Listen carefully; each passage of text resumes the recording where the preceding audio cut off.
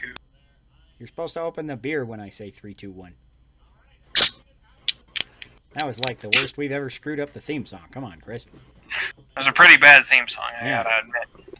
All right, welcome to A Drink to the Past, the only podcast where we can screw up our theme song every week if we wanted to. Or if we didn't want to. We'd probably screw it up anyways. It honestly doesn't matter. Yeah, I didn't open my beer because one of my beers is already open because I forgot to finish it before I left for band practice, apparently. So, hooray! I have more beer. And also today on Sean Drinks Something Stupid, I have a Tabasco bottle, which is scorpion pepper Tabasco, and tequila. That sounds like a terrible idea, doesn't it? Yes. So, scorpion pepper sauce and tequila, which is my punishment or celebration, depending on which way you want to look at it, for passing 300 followers on Twitter. So, go me. So, Congratulations. if you get me up to 400 followers, then I'll do something even dumber. I got ghost pepper sauce, too. Then using Twitter? Dumber than using Twitter, yeah. Or dumber than drinking tequila and Tabasco. This is not honestly going to be the stupidest thing we've ever drunk on the podcast. So do we want to own up about the slight oops that happened last week? Yeah, if you didn't notice, there was a... I think I probably tweeted about that already. I'm not sure. Yeah. Because, so... Sorry about last week, everybody who pays attention. We recorded almost our entire podcast, had a great conversation for an hour and 40 minutes or so, and some nudnik behind the curtain forgot to record the audio for one of the hosts. So hopefully that won't happen again. Yes, I did a sound check this week, so it should be working. So anyways, my name is Sean Michael Patrick Thompson, as always, host of Drink to the Past, and this is my co-host. Hi, I'm Chris, Flapper Girl Audette, not actually a girl. But are you a flapper? I'm not a flapper either. I mean, like that the ship has sailed. That was like, I guess it is the 20s again. True. But I actually do not want to dress up in drag. Okay. Well, not that there's anything wrong with that. Right, just not your cup of just not my tequila cup and of scorpion pepper, sporking Yeah. pepper. Sporking and pepper, yeah. Well, that must be hotter than I thought it was, because I feel like I'm getting like almost tearing up already. Although it might be something else. I don't know. Maybe I'm just tired. Maybe you're just stupid. Maybe you're just proud of America. I don't know. I'm so proud. So proud. Anyways, so bottoms up for getting up 300 followers on Twitter. So follow me at SpamoManoSpam. And if you get me up to 400 followers, then again, I'll drink something weird like this again. I don't know exactly what, because I don't imagine that will probably happen for a little while. But hey, 300 is something, probably. Yeah. It's literally something. It is. Tequila does like nothing to compensate for the heat. Usually I have this stuff, I put it on eggs, and it's like not all that bad. The tequila might even make it hotter. Wow. So, I think it has something to do with the fat contained in it. Fat in the tequila or the Tabasco? In the eggs. Wow. Like the fat in the eggs probably chills out the heat a bit. Probably, yeah, because I'll put like 2 drops on each egg or something and kind of, rub it around with my fork so it's a little spread around. And then it's, covered in egg goop and deliciousness and stuff. So then it's not too bad, but pretty good hit there. Not too bad. Since I like showing off my glassware, this is one of my Great American Beer Festival souvenir cups here. It's pretty cool. They give these out every year at the beer fest. Not always glass, but I happen to be with a guy who knows a guy By which I mean I play with the bagpipe pin that goes to the Great American Beer Festival every year, and they can usually hook us up with a glass if they do any kind of promotion like that. Because for some of them, they're like, okay, we'll do glass for like the Brewers Only show or stuff like that, and everybody else gets plastic, but I have a hookup because I'm cool.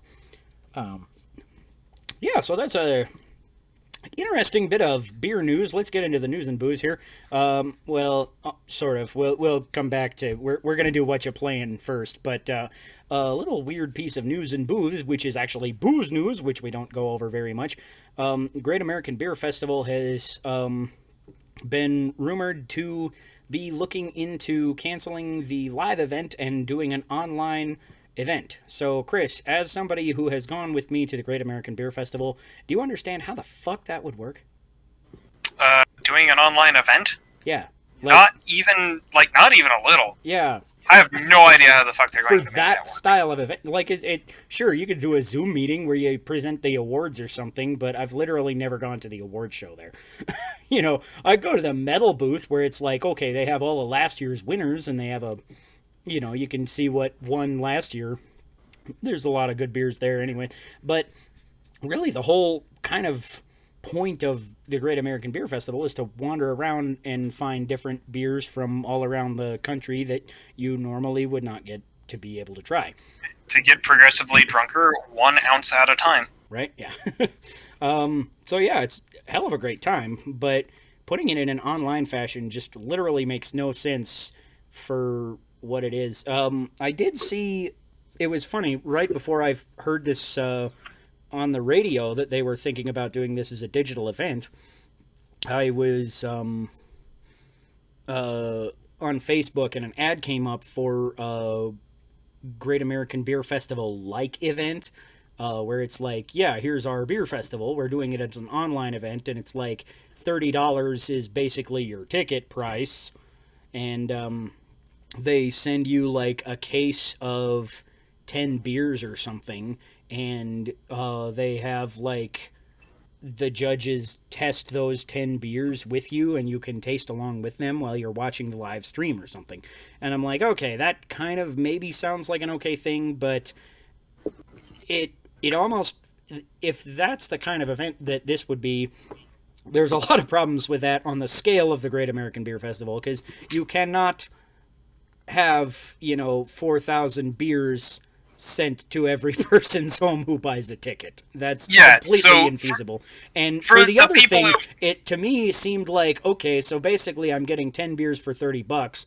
That's not a terrible, or whatever it was. I don't remember if it was 10 beers or whatever, but however many beers, it's like, okay, so I'm basically buying a good pack of mixed craft beers, and then personally, I just wouldn't even care to watch the live event. I'd be like, whatever it was, I feel like it was a decent price for beer. I'm like, okay, I would have paid that for that many good beers, but then I would have just drank them. So for the people who've never seen the Great American Beer Festival or gone, it's basically a giant open space, roughly and little bit exaggerated here, like a mile in size. It's literally the same venue that they use for Comic-Con. So if you've ever been to Comic-Con, or you have any idea how big the scale of that convention is, that is as big as Beerfest is. They use the same location in Colorado. It's filled wall to wall with stalls that are just handing out beers. Yeah. So that's got to be it's at least a couple hundred. Yeah, there's it's every year it's gotten bigger and bigger too, because they've actually for a few years they've been in the Guinness Book of World Records as the place on earth where you can get the most different beers on tap. And I think the last year they passed 4,000 or 5,000 beers on tap from various different brewers. There's several hundred that come from all around the United States every year, and it's just increasing how many are coming. It's crazy. So, I feel like you could maybe do this as a micro beer fest thing, but then, as a person who lives in Colorado where we have craploads of breweries anyway, I feel like I could just go to a brewery and get a flight and it would be 80% the same.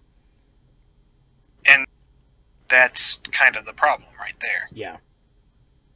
And and it's also weird as a guy who plays in the pipe band, to hear this through the radio and be like, wait a minute, are they going to have the pipe band at the digital event? That would be maybe kind of neat, but I still don't know what they're doing with it. Because it's actually kind of cool how much they revere us as part of the Great American Beer Festival culture, because a few years they experimented with doing like multiple entrances, so they'd have like a back entrance and a front entrance so that they could get more people into the event and kind of hopefully streamline things. And they said to us that they couldn't call it an entrance to the Great American Beer Festival unless the pipe band was playing there. So we actually had to split the pipe band and play at both locations at the same time while they opened the event.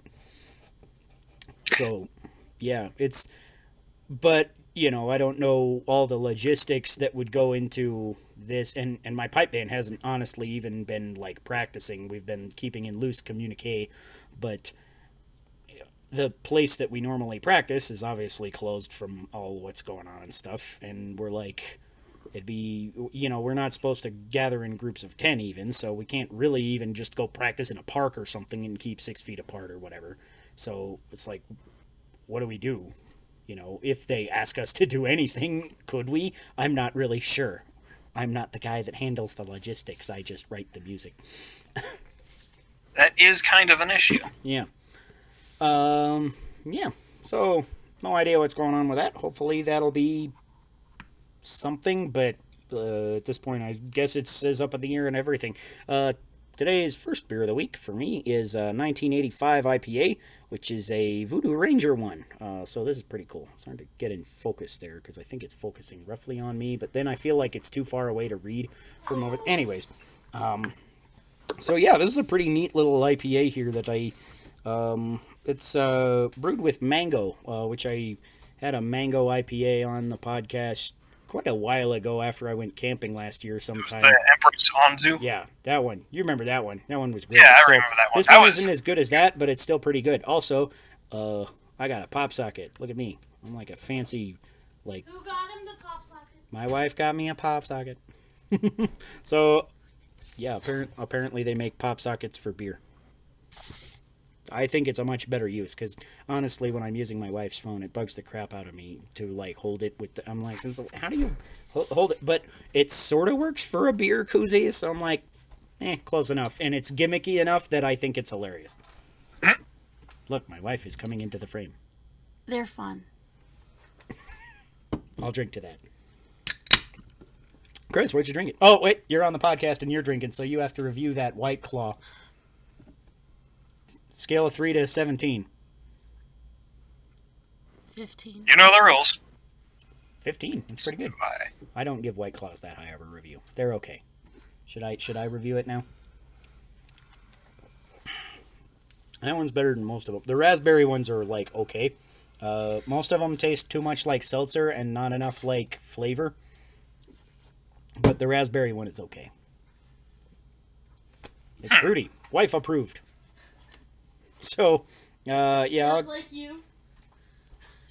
Fruity and wife approved is me? Yep. Apparently. That's interesting. Yeah. So yeah, I give that White Claw a 10. It's fine. Not really my thing, but if you're into hard seltzers, sure, go for it. And this IPA, I'm going to go with a good solid 13 for that. Not bad. See, this is how you can tell I'm still... this is where my mind goes, is I hear the word hard seltzer, and I'm just like, that's the shit clown spray at people. That's the level of cognition you're dealing with. Nice. So, Chris, what you drinking? I am drinking a graham cracker porter. I had this last week, but it's going to be kind of a fresh thing for the listeners, because that didn't quite get all the way up there. Yeah, so unless you heard our last podcast when we talked about graham cracker porter, 30 episodes ago or some such. All right, so what do you rate that there? Still very much like the Graham Cracker Porter. I'd still give that a 15. Awesome.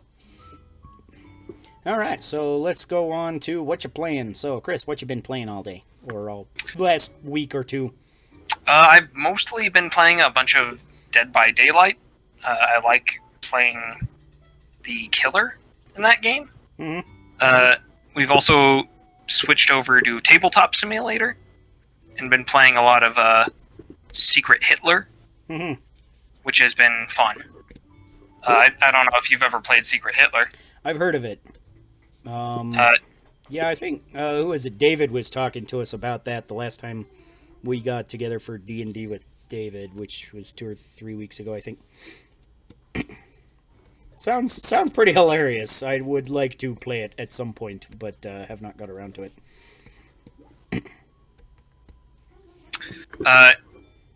Let's see. I also played some games last week. That was Shantae, Half Genie Hero, Yeah.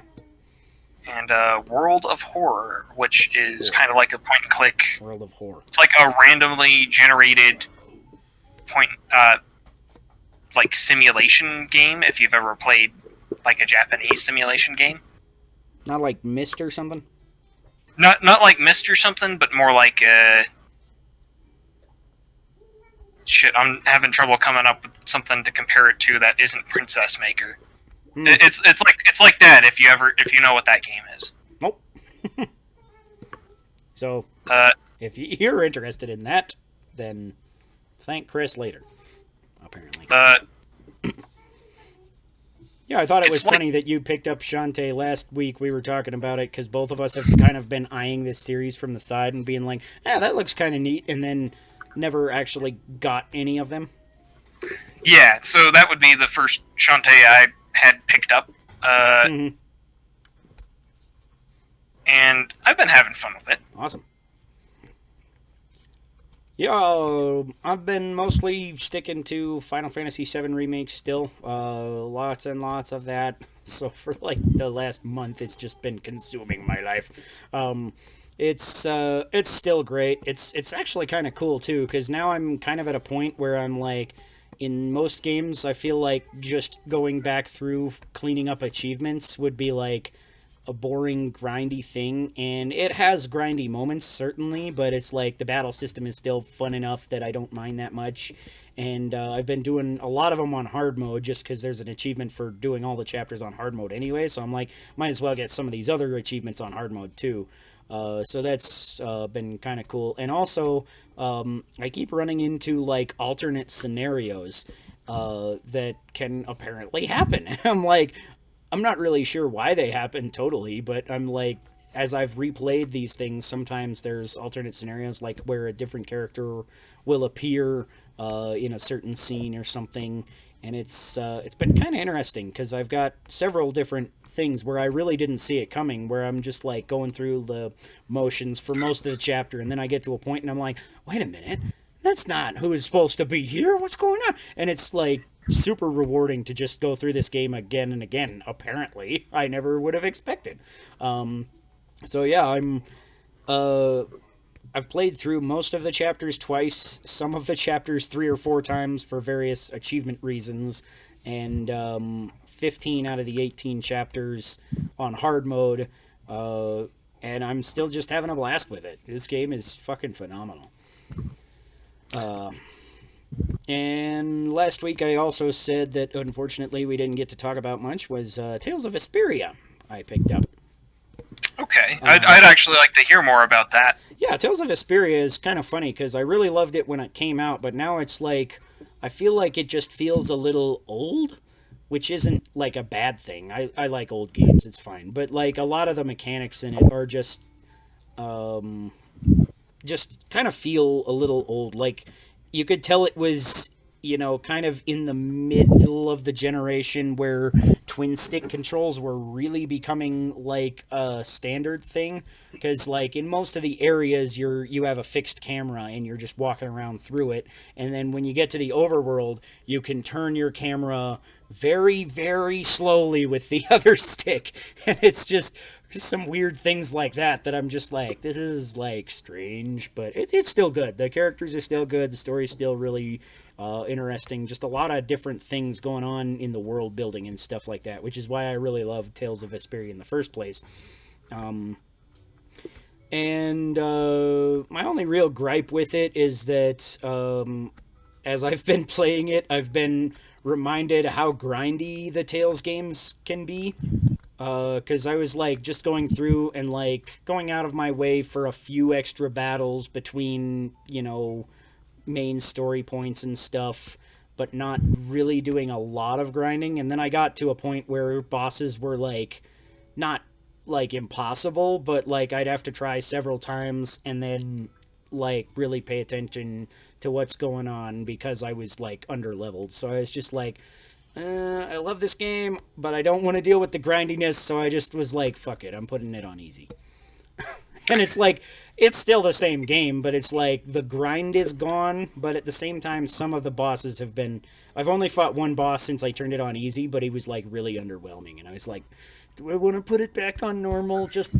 I'm like, but I don't want to grind, you know, so it's like double-edged sword. You know what, there. that's fair. I feel like a game like that, and...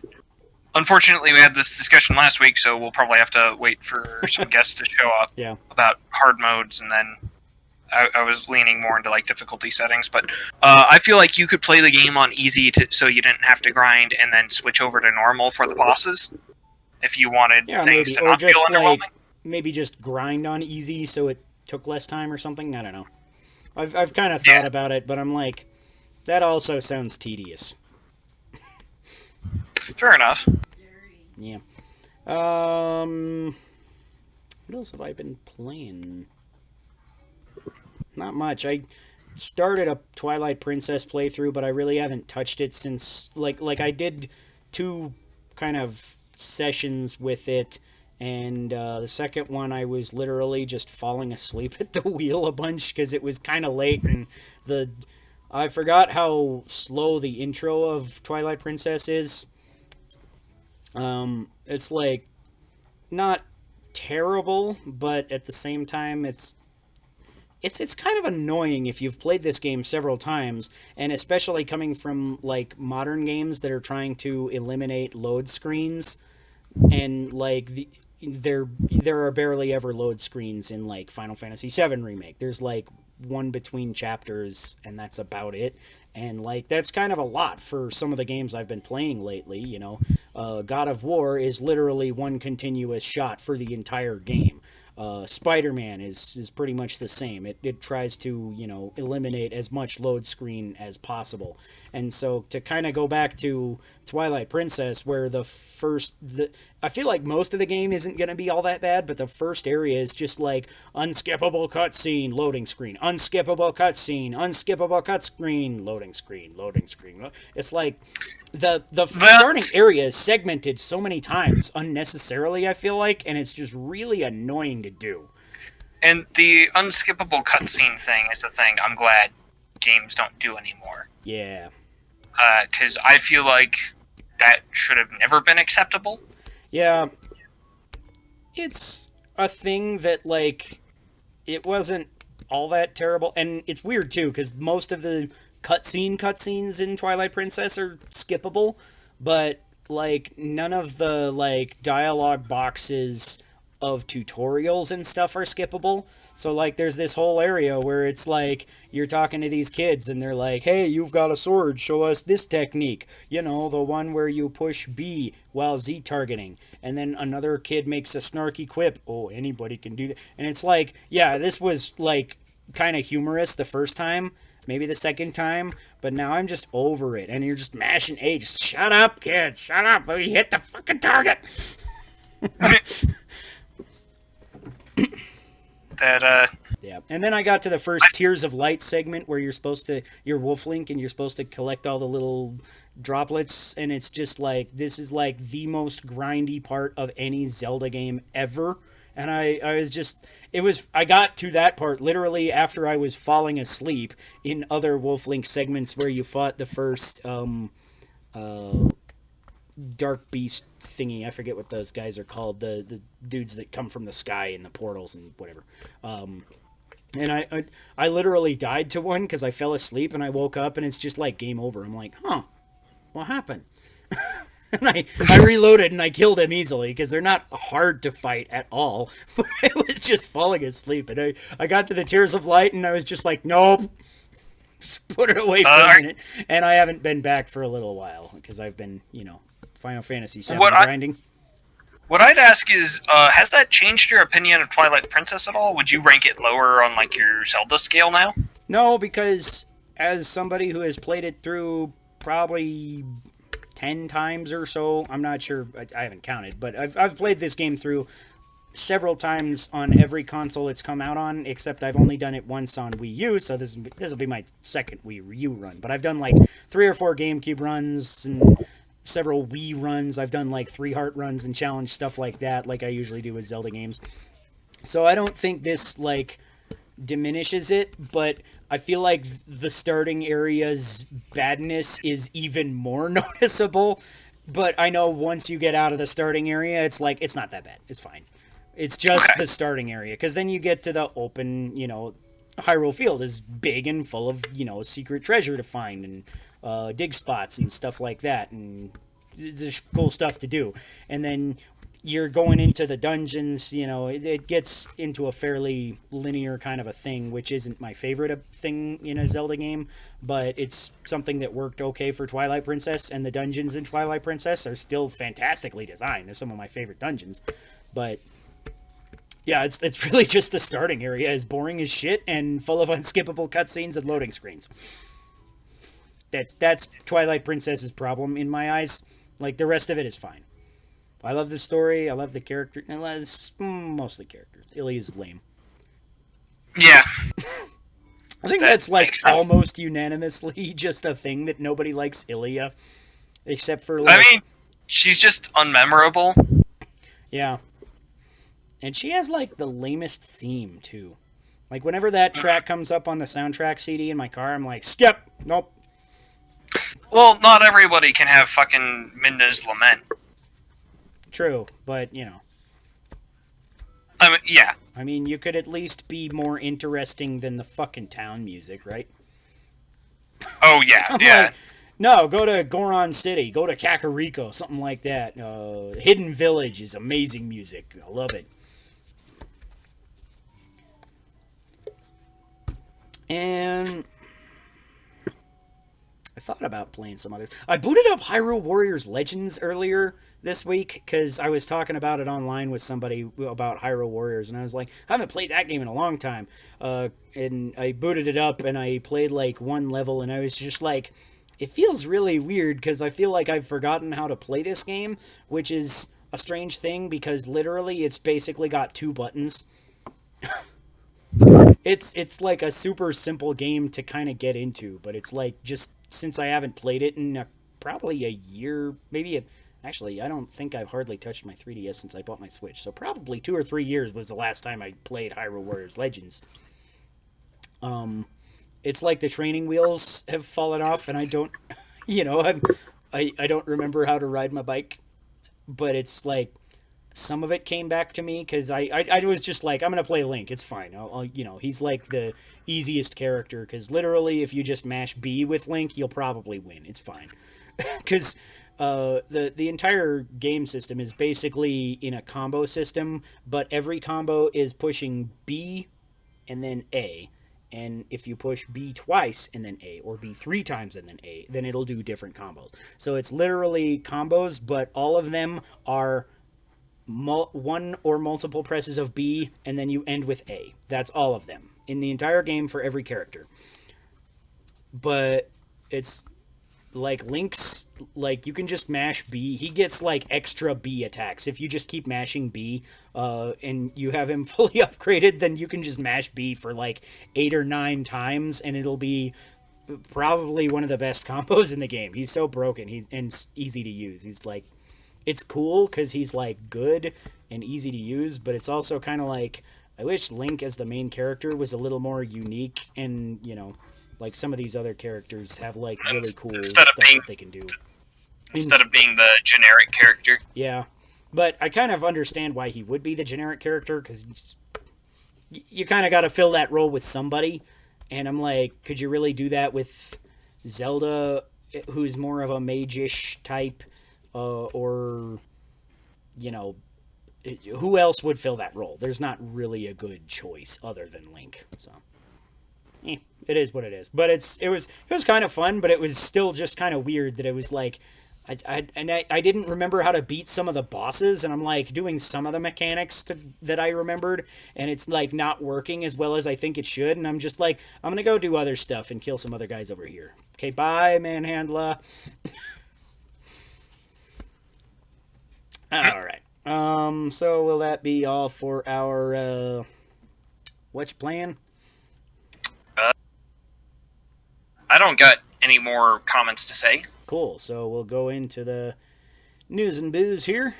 So first piece of Nooz'n'Booz is The Last of Us Part 2 had a dedicated state of play presentation.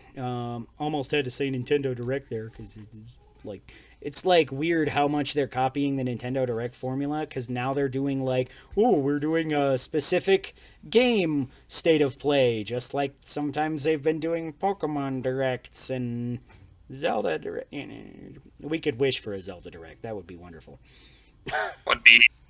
They don't give us those. Zelda gets like one announcement per year, and every 8 or 9 years it maybe release a game. So anyways, Last of Us Part 2 State of Play happened yesterday, 2 days, whatever it was, sometime this week. Chris, did you watch that or care at all? I did not watch that. I might care a little.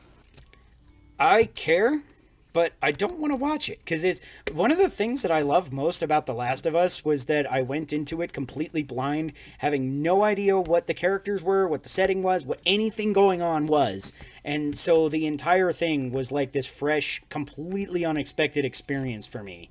And I'm going to do exactly the same thing. So I think I accidentally found one spoiler for this game, which is kind of annoying, but it's weird as a spoiler, because it's like sort of conflicting with something that was implied in the first game, but not something that I think is outright stated in the first game, and it's like something that I could kind of see being the thing. So I won't say what it is, obviously, for spoilers and stuff, but other than that, I'm like, no idea. Haven't watched any gameplay, haven't done any research into this. I'm gonna buy it day one, and I'm going to play it, and I'm going to have no idea what's coming, moment after moment, just like the first one. Because I feel like that game I heard, like, not very much about, and if I did hear anything about it, I got, like, it just completely blanked in my memory, because when it came out, I was, like, a Nintendo-only guy. I was like, I can afford to have one console, I'm going to have the one that has Zelda.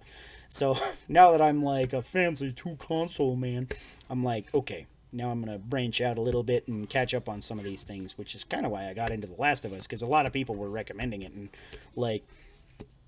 but I feel like that was such one of the best things I loved about it, was that I could never tell what it was going to do next, because I had no idea, what kind of game it was at all, and I thought that was great, so I'm going to do that again. So I did not watch it, not planning to watch it, so there you go. Take that for what you will. PlayStation 5 games are going to have some kind of showcase on June 4th, which is next week. So next week we'll be talking about some kind of PS5 games. They're going to have some sort of presentation. It sounds more or less, again, like a Nintendo Direct-ish thing, but it's not officially called a State of Play, so it's hard to say exactly what this is going to be. But anyways, it's like an hour-long presentation of games coming to PlayStation 5. Probably at launch or in launch year, I would guess. So, that sounds kind of interesting. This is kind of... It was leaked beforehand by Bloomberg. It was weird because I put Bloomberg leaked this on the notes earlier this week, and then I had to amend it because I was like, oh, it happened. So Bloomberg knows what they're talking about, apparently. So Bloomberg, it's fun. It's funky that Bloomberg of all newspapers leaked this, right? Because they said something like it's coming next week, possibly Wednesday, which I think June 4th is Thursday, so they got the date wrong. Ha! But whatever. Yeah. Yeah. So any excitement there for PlayStation 5 games? Are you looking at next gen consoles at all, or are you gonna mostly stick with PC like you have been? I've been mostly sticking with PC. There's always like the occasional game where I'm like, oh shit, I really want that. Mm-hmm. But with a game like Final Fantasy VII Remake, I know that the exclusivity contract is going to expire, Yep. and at that point, the parts will probably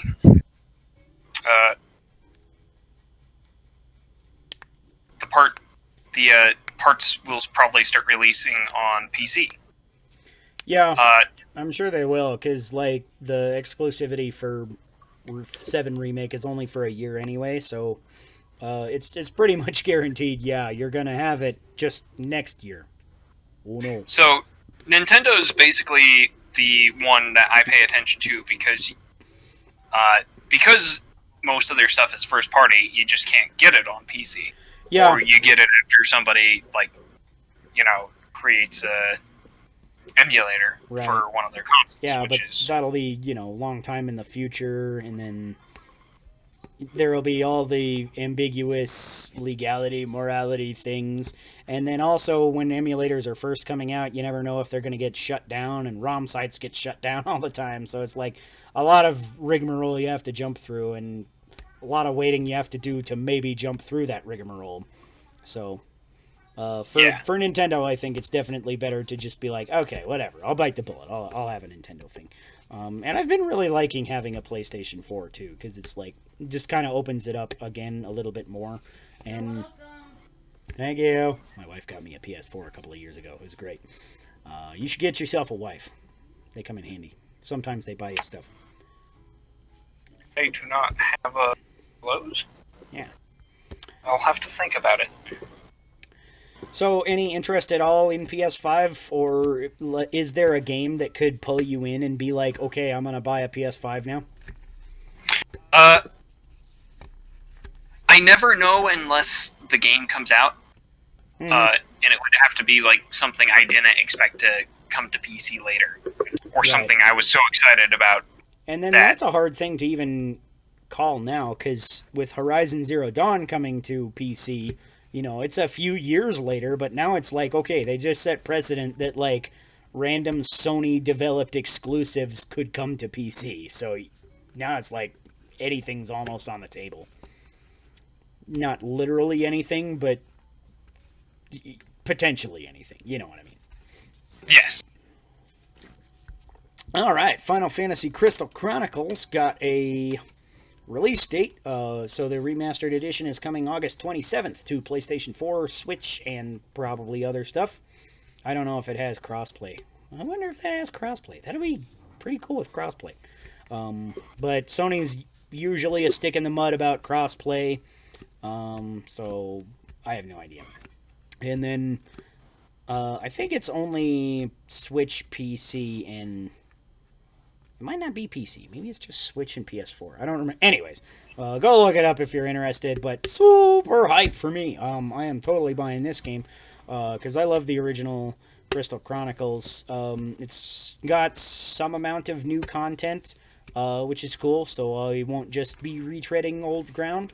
But at the same time, like, it's old ground that I think is worth retreading. So definitely a game to, if you can, play like local couch co-op with some buddies. Get a few buddies over, and hang out for a while and grind this thing out. It's just fantastic game. It's a pretty good single player experience too, but it's really just heightened immensely by having a party dynamic, I think. You interested in that? Oh, Chris. Not a moment. What? Little party game. Yeah, kind of a little party game. You remember playing Crystal Chronicles back in the day? We played hours of that back on GameCube. Oh, I'm sorry. I don't know what happened. Yeah, fucking Crystal Chronicles. Yeah. I read that in the chat in the thing, and that I'm very excited for that. Yeah. So it's unfortunate it was delayed from the January release. Otherwise, we probably would have played that all already. But yeah, that's awesome. And it's got online play too, so we should be able to join up and have a game. That'll be cool. Yeah, I am very much looking forward to that. Yeah. Gonna hop on Switch. I don't know if it's coming to PC. I was just saying that, but I'll if it comes to Switch, I'll pick it up on Switch. If it comes to PC, I'll pick it up on PC. It is coming to Switch. I don't know about PC. So what would you do if it came out on Switch and PC? I would hope it has crossplay so I can pick it up on PC. But if it doesn't, I'd pick it up on Switch. Yeah, that's fair. Since Yeah, because I don't know if it has crossplay or not. Because I was saying, because it is coming out on Switch and PS4, I remember. And sometimes Sony's a stick in the mud about crossplay, so I don't know. Sonic the Hedgehog movie sequel is officially underway. They've started planning. Paramount Pictures made an announcement. So it sounds like they're getting back their original writer and director for the first film. But as of now, no other plans have been announced. So it sounds like they're really early in, which kind of makes sense. They didn't finish up too long ago on Sonic the Hedgehog 1. It's only been out 3 months since its release in theaters. And yeah, so you gonna watch Sonic the Hedgehog 2? Did you watch Sonic the Hedgehog 1? Oh, I haven't watched Sonic the Hedgehog 1. I plan to eventually watch it, but there's still It was other surprisingly things that good. I was like, actually, that was a solid movie. It was a lot of fun.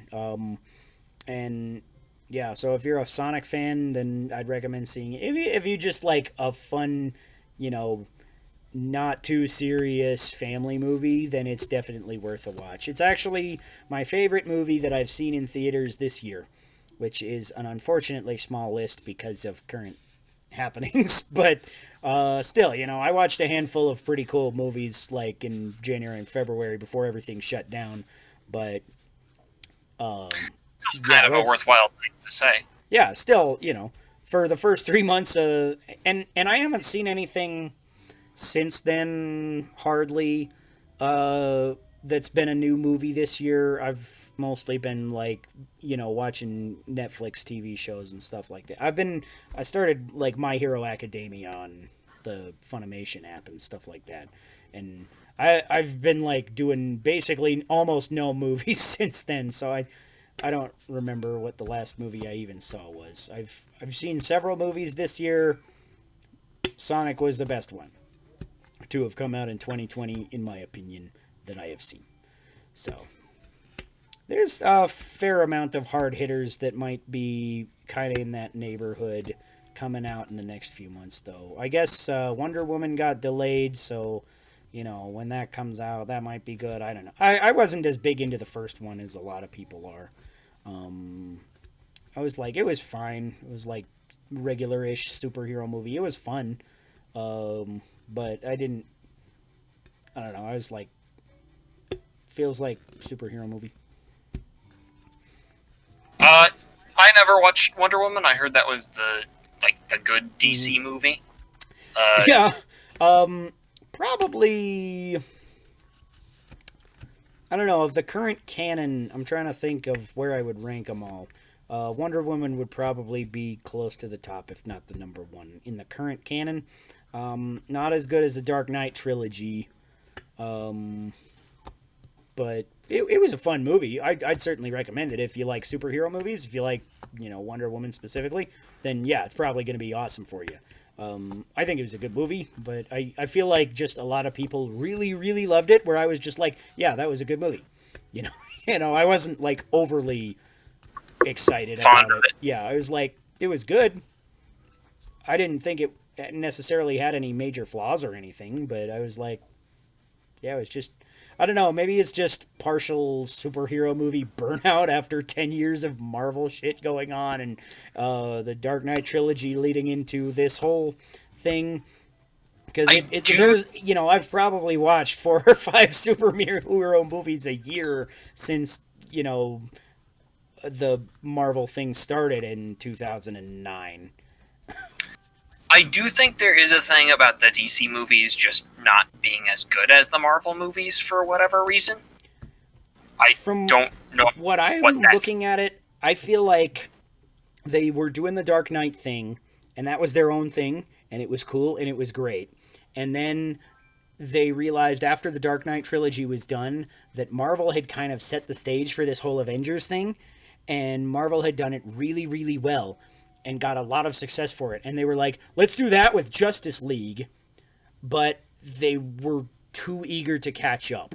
So they made like 2 films that, like, just within the Superman and Batman versus Superman was like trying to catch up to like 3 or 4 years of different films, where, because like I feel like Superman and then so Man of Steel was the first Superman one, and then Batman versus Superman was pretty much after that, and that introduced Batman, Superman, and Wonder Woman all into the canon in 2 movies, whereas the Avengers setup was, we have the Incredible Hulk, we have Thor, we have Iron Man, and we have Captain America, and then Avengers. So I feel like instead of taking the time that they really needed to explore this possibility, they were just too eager to catch up to where Marvel was, and so it ended up just feeling rushed and not as well thought out and not as well produced. That's kind of my take on it. And I've talked to some people about that, and some people are like, oh yeah, that makes sense. And some people are like, no, I see it as its own kind of thing. So I think that's part of it. Yeah. I think they're also just not, they're trying to rush it, and they're also just not as good in the first place. Partially. Yeah. I don't think it's as good for that kind of thing, too, because Justice League, to me, is not as ripe for that scenario as Avengers, because as the Avengers, everybody works really well together, but the Justice League I almost like way better as solo films. Like, I liked Man of Steel pretty well, which is weird, because nobody liked Man of Steel except me. Which is weird, because I also don't like Superman. Like, most of the time I'm like, oh, look, it's Superman. He's super, and he does stuff, and he's like the most boring vanilla superhero ever. He's just like, look at me, I got superpowers, so I win. And I feel like that's boring, but I thought Man of Steel did it pretty well. I will agree with any argument that says anything about product placement. That was fucking annoying. But, what are you going to do about that? Whatever. And then most of the rest of them I felt were just, like, fine, and maybe a different interpretation than what we're used to.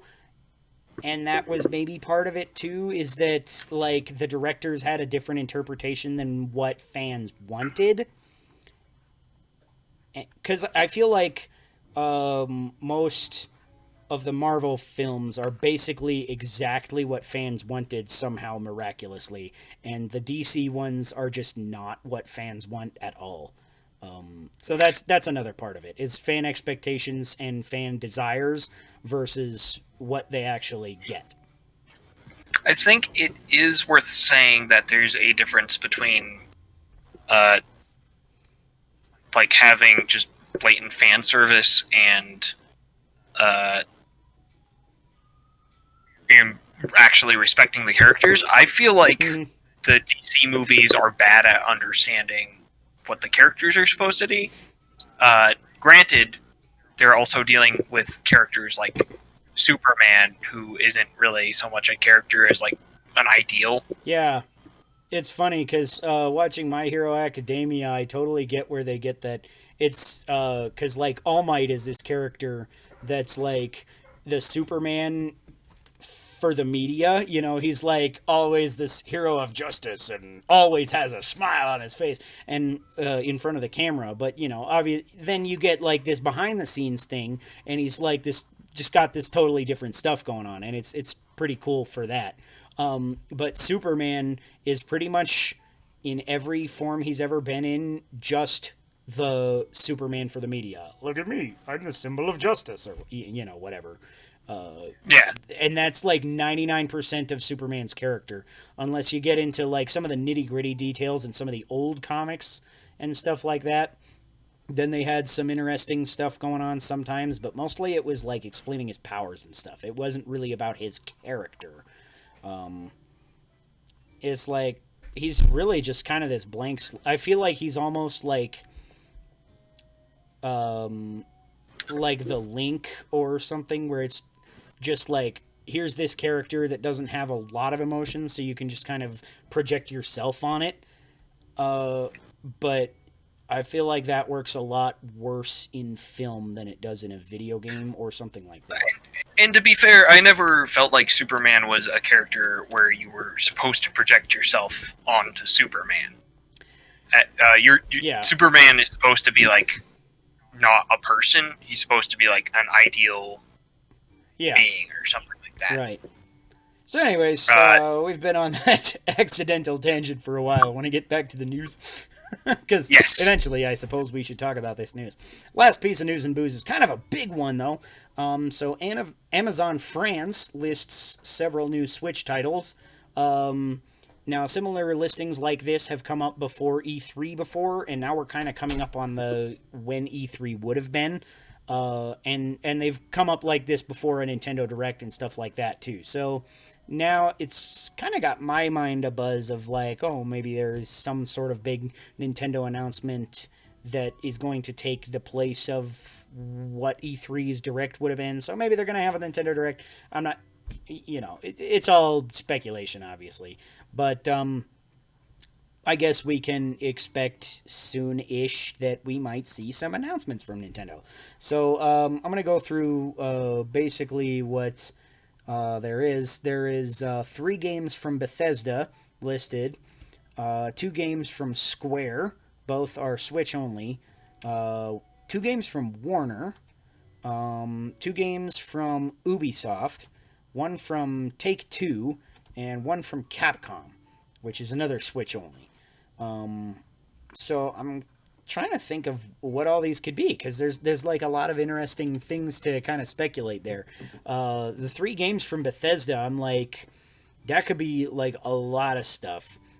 So one of these is going to be Switch only, and a couple of them are going to be multi-platform. I'm wondering maybe if Elder Scrolls Blades is getting a physical edition, because I don't think Elder Scrolls Blades has come to other consoles. It's only on mobile and Switch.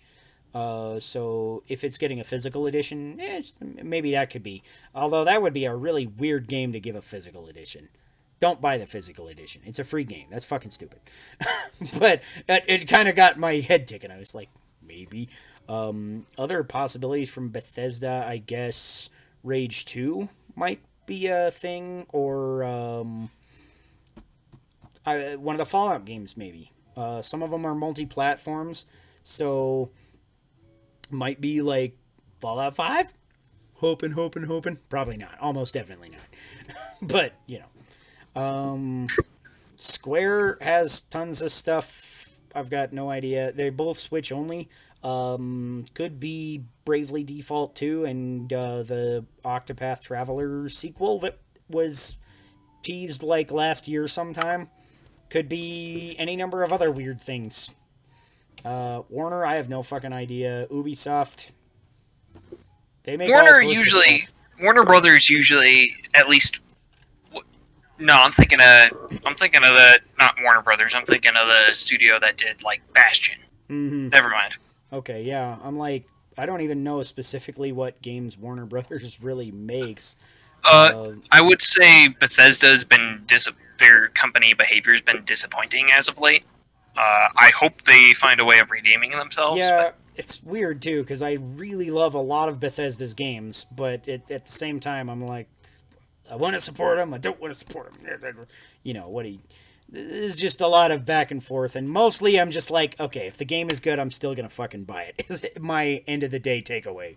But sometimes it's like, I don't want to give you money, but I'm going to anyway. Take-Two, I'm not even sure who that is. I'm sure I've heard of them, and I probably know what game they made. Maybe. Capcom makes all sorts of shit. It could be another Street Fighter collection. Wasn't Take-Two the parent company of Rockstar? Maybe? GTA I do know on Switch? I do know that I played a Game Boy Color game named Rats 2 on back when I was a kid. That game was it was terrible. Genuinely awful. Cool. So do you have any specific predictions on any of this, or just what do you think about this? Do you think there's a Nintendo Direct incoming that would be a pseudo E3 like announcements that, you know, they couldn't announce it at E3, so they might as well do something? Let's see. Probably. The E3 was like a nice hype time for them, but they may, I don't know if E3, if there's pressure to get everything out for E3, and that pressure is now off. Right. And, like, they're more willing to scatter things out throughout the year now. To an extent, or I feel like that's possible, too, because it's like, especially with the Paper Mario trailer that was just, like, dropped. Like, hey, look, Paper Mario's coming out in 2 months. Whoop! You know, that's, like, the kind of thing that could have easily been in a Direct, that, like, you know, something like that, like, lead Direct story, or, like, we have one more announcement. You know, I feel like that would have done really, really well in a Direct. But, you know, maybe they just didn't have enough for a whole Direct at this time, and so maybe they're just going to chunk it out. Maybe they're just going to do, you know, one announcement trailer every now and then here and there. And maybe they are going to do a bigger, you know, E3 something. I don't know. That's hard to say, because it's like, I think officially they said they were not going to do any kind of E3 replacement, but Nintendo has been known to be like, hey, whatever you're thinking, yeah, we're not doing that, and then they totally fucking do it. So, who knows? I don't know. Nintendo, liars in the best way. Right? Okay, anyways, second beer of the week, since I finished my first other half of that, is Getting Tiki With It Nitro. So this is a Pina Colada wheat beer on Nitro. So that sounds kind of unique. I've never had anything quite like this. I don't think I've ever had a wheat beer on Nitro. I might have, but yeah. And then Pina Colada wheat sounds okay to me. I like Pina Coladas okay, and not huge wheat guy, but I feel like a Nitro Pina Colada seems to make a lot of sense. So let's try that out, shall we? Ooh, it's got like a widget like Guinness. So that's pretty cool. So I'll let that settle for a minute. So anyways, just a little bit. Yeah. We're gonna get into the video game topic now. So are longer video games better? Because some games you'll play, I feel like, not very long, and some games will suck you in. Like, I've been playing Final Fantasy VII Remake, which is now like, I feel like Final Fantasy VII Remake is the new Zelda on this podcast. I just fucking talk about it for an hour every week. Because I'm almost 90 hours into it. And it's great. But does that make it better because it holds your attention for longer? No. I have... There is something to be said about a game spending enough time with a game to have it really stick in your memory. Right. But I don't think having a game be longer necessarily implies quality. So, I'm like, for, say, Undertale, you can get through that game... you could get through every storyline in that game in about, I want to say, 15 hours. Mm-hmm. But the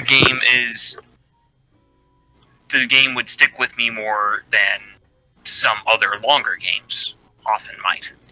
Yeah, I think it's kind of. It really depends on the game, because some games I feel like really benefit from being as long as they are, because then it sticks in. I feel like long games for me stick in my mind in different ways than short games, because you'll remember a lot more total of what the short game did, but at the same time, you might remember a lot of the other things that you did in a long game. It's funny because like sometimes replaying long games, like I'm replaying Tales of Vesperia, like I said, is a relatively lengthy game. I don't know. I assume JRPG is probably 40 hours, 50 hours, something in there. I'm not totally sure, but I'm like 10 hours in now, and like most of the stuff that's in here, I totally forgot. All these story elements that are going in here, a lot of these scenes, I'm like, and some of them are like, oh yeah, I remember this, and some of them are like, I like would never have remembered this in a million years. It's like it feels like it's a new thing. It's not in my memory. Like I'm meeting characters that are fairly important that stick with you for a little while, and I'm like, who the fuck is that? Never seen him before in my life, but I totally did because I played this game most of the way through. I don't know if it was most of the way through. I played for quite a while. We had that conversation last week when the podcast wasn't here. Anyway. Yeah. But yeah, it's like, but Tales of Vesperia, it stood out to me for some of the main characters that I did get to, get along with for a long time. And some of the other characters, I was like, I kind of remember them a little bit. And some of the other characters came in, and I'm like, who the hell's that guy? So it's weird how much Tales of Vesperia stuck in my head, because since the moment they announced it, I've been hyped for this, and I've just been like, oh yeah, I want to get it. Like, I wanted to get it day one, but like I didn't have all the money at the time, and I had just got another game or something, and for a while I was just like holding off, and then it was like on sale the couple of weeks ago for like $20, and I was like, okay, it's on sale, it's only $20, I'm fucking doing it, it's fine. And I had kind of a terrible fuck it day with, I just, everything was going wrong. I was just like, okay, nope, I need beer and I need a new game, and I'm buying Tales of Vesperia, and it's amazing. So yeah, but again, this is a game that like is fairly lengthy, but not super lengthy, that I remember a lot of, but I don't remember like some of the, like I remember all my favorite characters, but some of these other characters I'm like, barely even remembered, or some of them I just didn't remember. So it's, memorability isn't usually a thing that I really put into games, but so much of this game was not as memorable for some reason. So I think that's kind of interesting, that I didn't remember as much of it, but I really, really loved it at the time. And playing it again, I'm like, yeah, still getting into it again. I feel like it's a weird thing to play after Final Fantasy VII Remake, because as going from one JRPG to another, I feel like Final Fantasy VII Remake is very clearly the better one to me personally. So it's a little weird because of that. But yeah, it's just kind of one of those things. I'm like, I still really like it, so it's fine.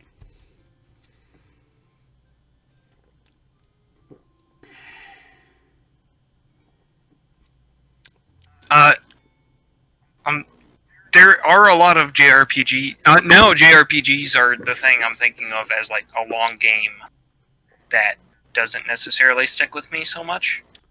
But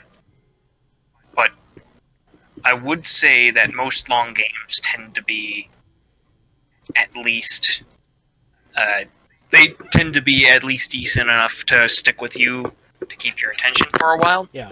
Or else they're not really a long game because you're not playing them for very long. Right. Just kind of as self-evident as that might seem. Mm-hmm. But then you have incredibly short games that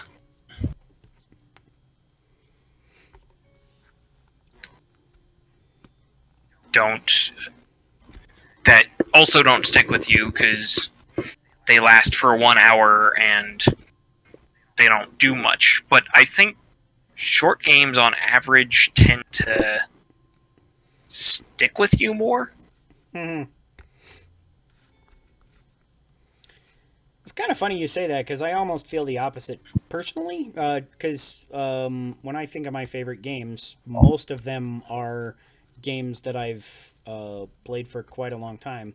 My one favorite game of all time, obviously Ocarina of Time, is not super long. It's kind of like medium. I kind of wonder how long it would take like a regular person to just play through that. Probably 15 to 20 hours. So not all that long. It's kind of hard to define really what's a long game and a short game anyway, because there's so much variation. Because obviously you have some games that are like an hour or less. Some games are like, indie games often will rank in somewhere in the 10 to 20 hour range, and then you get or even not even indie games. Some like action games aren't always all that long. Like Last of Us was only 15 hours, 10 hours, 15 hours, something like that. And then, but then you get into these JRPGs and stuff, and it's like 40-hour minimum. So it's kind of weird. But yeah, like in my top 5 games, I think Ocarina of Time is the shortest, which is weird because it's my favorite. But then I was actually just thinking about this. Final Fantasy VII Remake is now in my top 5 favorite games of all time. I fucking love this shit. And like just to go through the campaign once is about 40 hours, but like I said, I'm almost at 90 just doing extra stuff and things. So to really see everything it's got to offer is definitely more than that. Octopath Traveler was about 100 hours. That's another of my top 5 games. Morrowind is infinite hours. I don't think there's an end to Morrowind. You can beat the story, but you're not done. And I'm like, open world Bethesda games are usually like really good. Yeah. In terms of, well, not all of them, but enough of them. Mm-hmm. Right. I guess the best thing I could say is, the length of gameplay doesn't really. It almost holds no correlation between how impactful a game is. Because there are games like the original Fallouts that I played for probably over 100 hours that I still hold fondly. Yeah. And then there's long games that I played that I probably could have played for hundreds of hours and just didn't because they didn't do anything for me. Yeah. That's another thing is like some of these long games though, I'm like, just in this generation I've played, I put 100 hours into Xenoblade Chronicles 2. I think it was about 120 hours just to finish the campaign in Xenoblade Chronicles 2. And I'm not like mad that I did it or anything. It was a good experience. I liked the game, but I couldn't tell you almost anything that happened. Right? Which is kind of the reason why I didn't get Xenoblade Chronicles 1 is like, I feel like if I played Xenoblade Chronicles 2, which most people that I'm looking at online are saying Xenoblade Chronicles 2 was the better one over Xenoblade Chronicles, which the remake came out today, which is what I'm talking about. I'm like, if it's not as good as Xenoblade Chronicles 2, and I liked Xenoblade Chronicles 2 as much as I did, I feel like coming off of Final Fantasy VII and Tales of Vesperia, it would just feel like a slog. I feel like it would be so boring. So I think down the line I would like to get the Xenoblade Chronicles remake, but it's not something that I'm going to rush out for right now. So I want to bring up something that I think might be, and I don't know if you'll agree with me on this or not, but I feel like you and I tend to we tend to be more positive on games or things we like or things in general than a lot of people are. That's true. So when you say you're like, you think you'll still get this, but it'll be a slog, I imagine a lot of people will be like, oh no, that game is bad. Right. Yeah, because it's not that I think Xenoblade Chronicles 2 was bad, but I think it was a lot of time, and I didn't care for most of the characters all that much. Like, they were fun, but I feel like most of them were kind of generic anime people doing generic anime people stuff. And what really kept me going through that game was the world building and all that kind of thing. The lore behind everything was just fucking phenomenal. It's incredible world building through the storytelling. But the characters themselves are just like, look at me, I'm an anime guy number one. That's anime chick. You can tell because she got boobs. They're huge. That's the weird inhuman guy in the anime. He's a perv. He makes maid robots.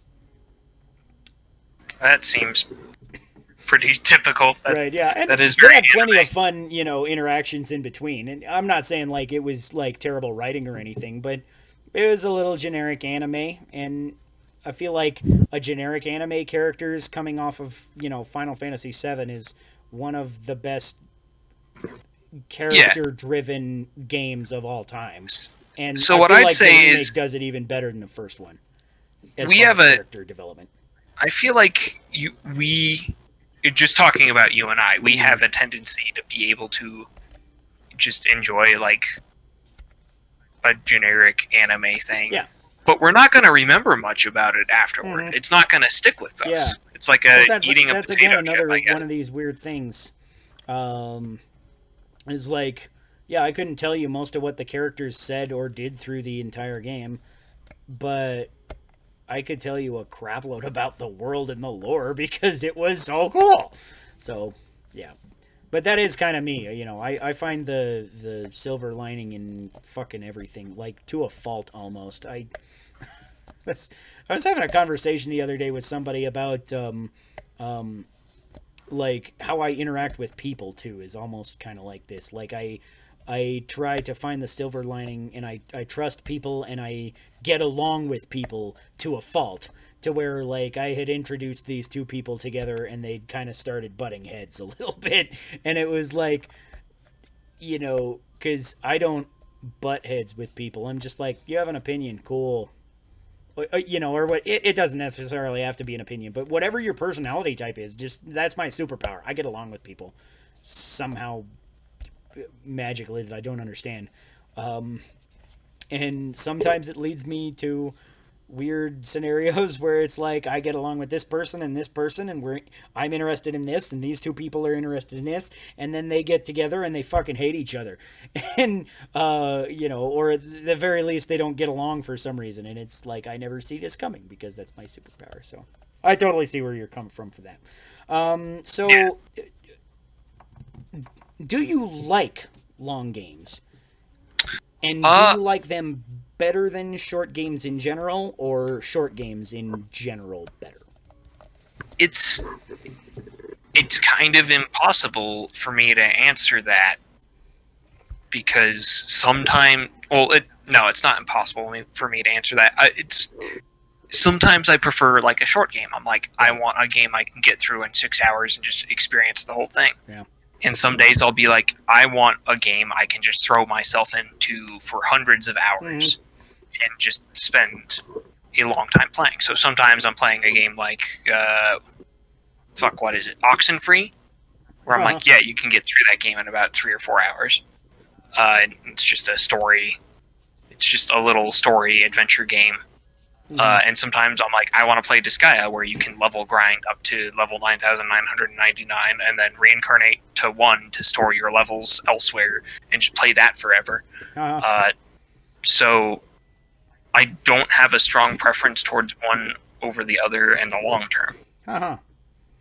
Yeah, I kind of get what you're saying with a mood, because sometimes I'm like, I played, because I'm trying to think of what exactly it was, but I feel like I played like Fire Emblem Three Houses and some other game, like 2 or 3 games in a row that were all kind of like really long, and I was just kind of like, I want something that I don't have to like get totally invested in for a long-term thing. And not that any of these games were bad, but it was just kind of like I need a break from, it's almost mentally straining sometimes when you're in these long games, But at the same time, I also really personally just really like long games better. If I can get into this sort of thing for 4 hours, 10 hours, why can't I get into it for 100? You know, and it doesn't necessarily have to be that long, because I feel like 40 hours I would call a long game. You know, that could almost be its own whole separate topic. How long is a long game?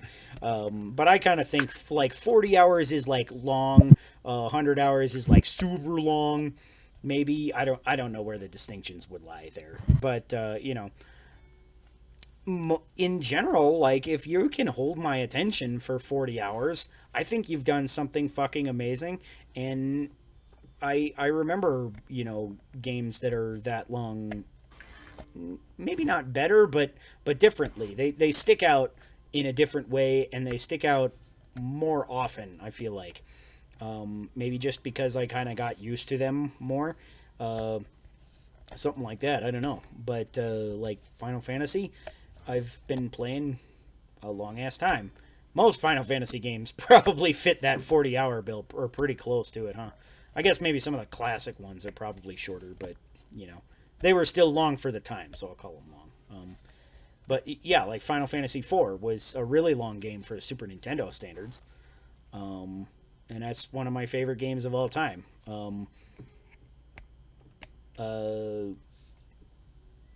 It's weird. I feel like Zelda is my favorite series, but it's maybe the exception to the rule, because most Zelda games aren't that long.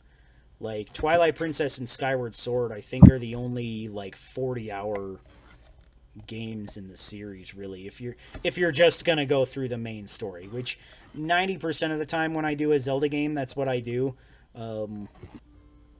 But like, yeah, everything else, I'm just like, yeah, I want a giant open world to explore for infinite hours in Morrowind. I want, you know, tons and tons of extra content that I just get sucked into in Octopath Traveler, Xenoblade Chronicles 2. I feel like really still, like, even though I kind of complained about it a little, I feel like it was, you know, more fun to me because it kept me playing for 120 fucking hours just to do the story.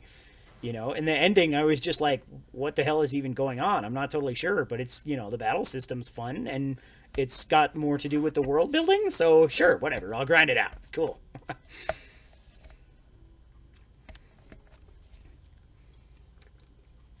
This is the creamiest beer that I have ever had. What were you drinking again there? So it's called Getting Tiki with It. It's a pina colada wheat beer. Left hand. Yeah, left hand. They make lots of good stuff. Yeah, you've had left hand milk stout on a few times, haven't you? Yes. Yeah. So, yeah, definitely, it's pretty good. It's a lot of coconut forward. I'm not getting as much of the pineapple flavor that would be expected in a pina colada, but it's just like stupidly creamy and coconut, and I'm just like, you know what? That's all right. I am fine with this. This is a easy drinking, you know, good sessionable thing.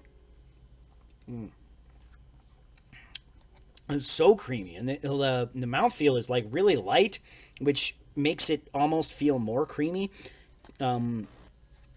It's kind of hard to describe just how creepy. It's like drinking fucking liquid silk, but not in the way that I described a stout as being liquid silk, because that was like, you know, chewy liquid silk. This is like watery liquid silk. That doesn't make any fucking sense, does it?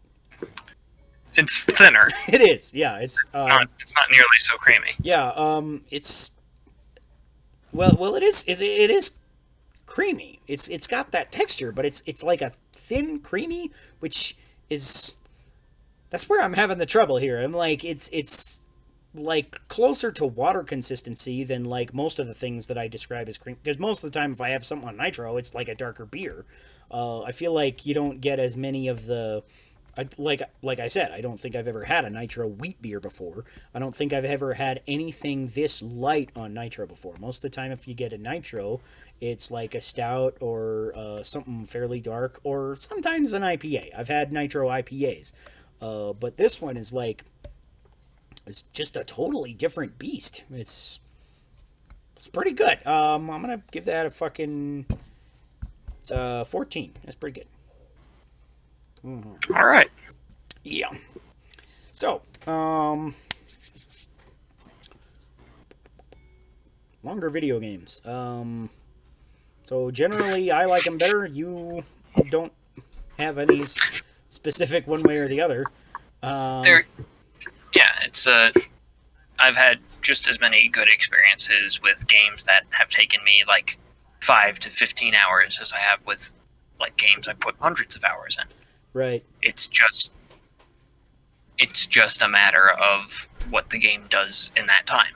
I think there's a certain point where if you spend like 30 minutes on a game, it probably doesn't stick with you in the same way. Right.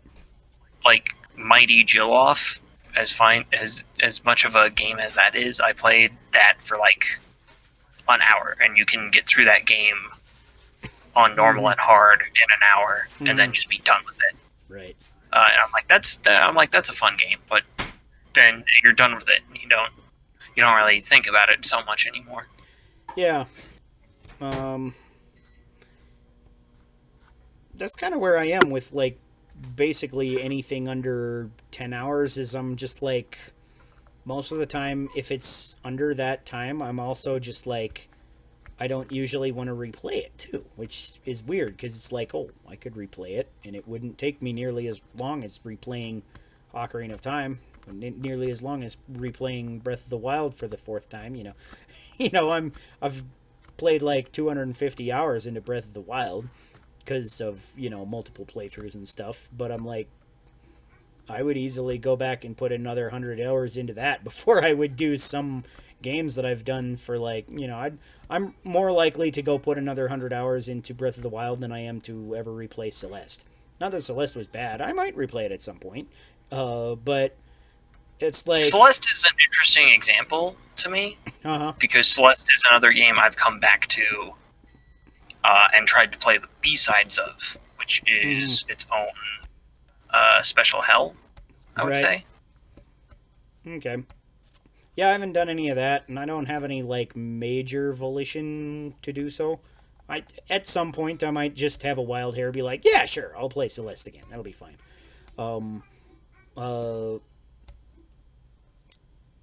That's another thing that I'm just partially not really huge into platformers. Like, I love Donkey Kong, and it's about it.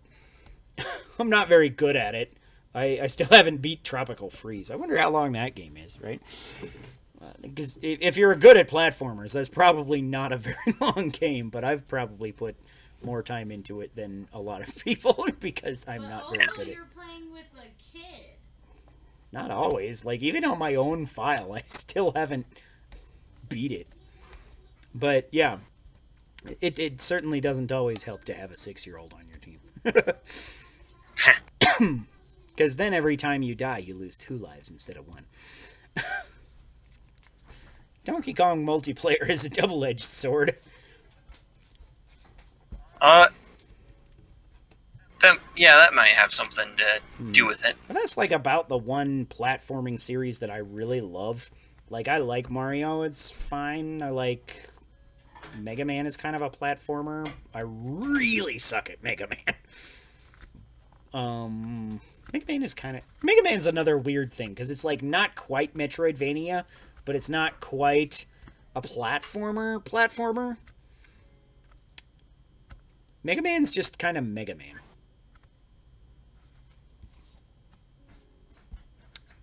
Not very good at Sonic. I've never beat a Sonic game except for Sonic Adventure. Sonic Adventure was good. Sonic Adventure is a funny one because I always just think of the Tails, watch out, you're gonna crash.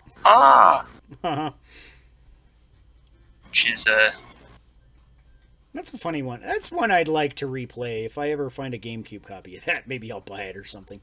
Or if they ever remaster that. There's been, like, rumor... I feel like there's a rumor of them remastering every video game ever for Switch. Somebody has rumored it at some point. No matter what game you think, how obscure it is, somebody's probably rumored it. It's so weird how rumors for Switch work. It's just like everything is rumored for Switch. Like, from the moment Switch was announced, people have been talking about the Metroid Prime trilogy and Skyward Sword coming to Switch and stuff like that. And I'm just like, maybe, sure, whatever. But, I mean, why is this such a circulated rumor for, over the course of 3.5 fucking years and it's still not there? Just people want it. Yeah. That's why they're circulating. Like, Probably. the Final Fantasy remake rumors had been circulating for more than a decade. To put that in perspective.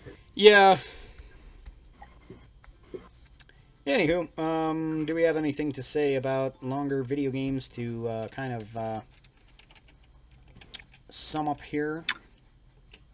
I think I ran out of worthwhile things to say. So unless you have anything. Not specific, so we'll go to our table topic now.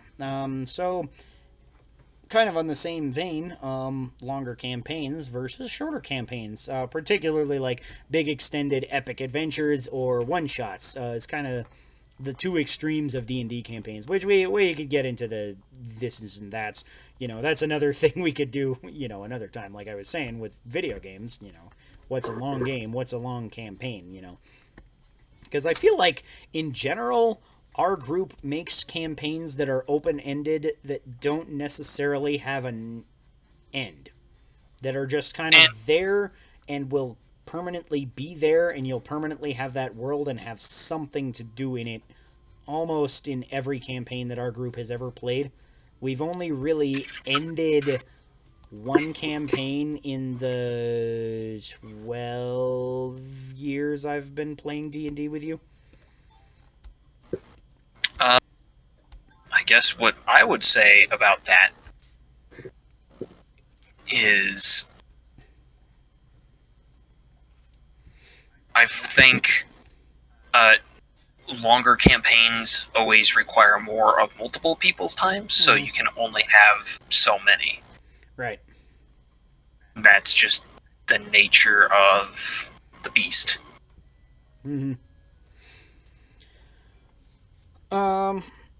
So yeah, what do you think of one-shots? Do you do a lot of one-shots with other groups? Because I know you play some amount other than this. Do you do much one-shotting? And we have done some one-shotting with our group as well. But I've done a number of one-shots with other groups. Usually other people run them, and I've had fun with them. I feel like they're a good way to try out new ideas. But one-shots typically, they don't. To contrast what I said about video games, one-shots usually I don't get invested in them in the same way that I would get invested in the campaign. So I think the real trick is to have one-shots to try new things, but to have campaigns to get invested in. I think one thing that's worth trying, neither a one-shot or a campaign, would be like a mini campaign, a campaign with like a planned ending or like an end game state that'll run over like 3 to 5 sessions. Right. I think that would be something worth trying so that you do get more invested, but it ends. Yeah, so I guess we might have to define one-shot then, because we've had one-shots in our group that were like one-shots, but they weren't a single session. They were, they were 4 or 5 sessions, even though it's one adventure that just happens to take, especially like at a high-level one-shot or something like that, where it's like combat might just take like forever. I have chicken nuggets now. Haha. Everybody else, suck it. I got chicken nuggets. You got none. I'm kidding. You can share. Another advantage of life. Nom, nom, nom. I'm not going over there to get that. Here, eat it through the camera. We're on a computer, so I can send it in bytes. That, I have to drink for that joke. yeah, I think you might, just might. Well, as long as I got this scorpion pepper sauce. See how it is on chicken nuggets. Mix it in with a little bit of the ranch here that's on the dip.